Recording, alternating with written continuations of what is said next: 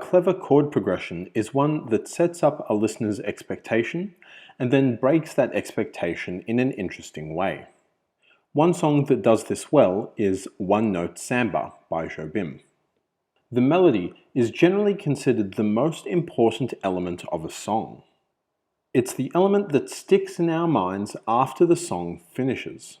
No one's ever said, "The dynamics of that song were really beautiful," or "I just can't get the tempo of that song out of my head." The melody is the thing that everybody sings and everybody remembers. The chords, on the other hand, are just there to support and accompany the melody. That's why the person playing the harmony is often said to be playing the accompaniment. And this is where the song One Note Samba is really brilliant. It intentionally has a really boring melody. As the title suggests, it mostly just uses one note. Well, two actually. The harmony, on the other hand, is quite fluid and interesting, and really the thing that holds this whole song together. If the chords were less interesting, then this song would fall apart because there would be nothing worth listening to.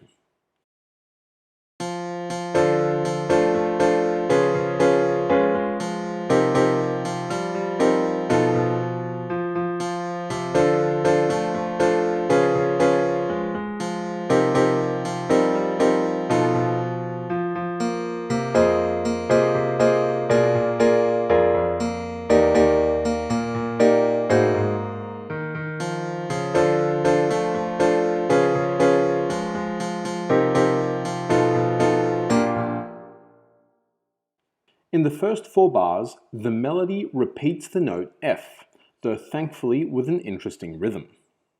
The chords go D minor 7, D flat 7, C minor 7, B7 flat 5. The fact that the chords are descending by a semitone makes them sound really jazzy and smooth.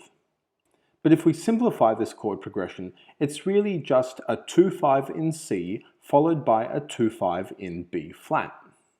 So D minor 7 to G7, then C minor 7 to F7.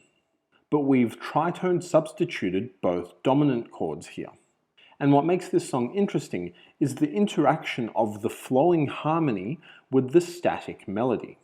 The melody note F is a third over the D minor 7, a third over the D flat 7, an 11th over the C minor 7, and a flat 5 over the B7 flat 5 chord. So while the melody is static, it is moving in relation to the chords, which creates the impression of movement. The next four bars are exactly the same. In the following four bars, the melody plays the same rhythm, but jumps up to play the note B flat. The chords go F minor 7, B flat 7, E flat major 7, and then A flat 7. So this is just a straight 2-5-1 in E flat. But we would generally expect to see an A flat major 7 chord following the E flat major 7 chord, as it's the 4 chord in the key. But instead, Jobim decided to inject a bit more dissonance into the chord by turning it into a dominant 7 chord. So you could think of this A flat 7 as a borrowed chord from the Dorian mode, or you could just call it a quick passing chord and move on. And notice the interesting way in which the melody interacts with the harmony here too. And then the last four bars are almost the same as the first four. But this time we hit that tonic chord to create a nice 2-5-1 on the B flat at the end of this section.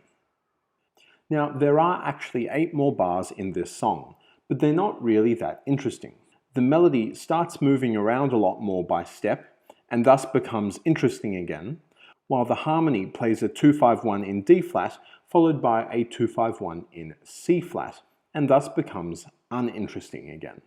So interestingly, the last part of the song is less interesting precisely because the melody is more interesting than the chords, whereas the first part is more interesting because the melody is so uninteresting.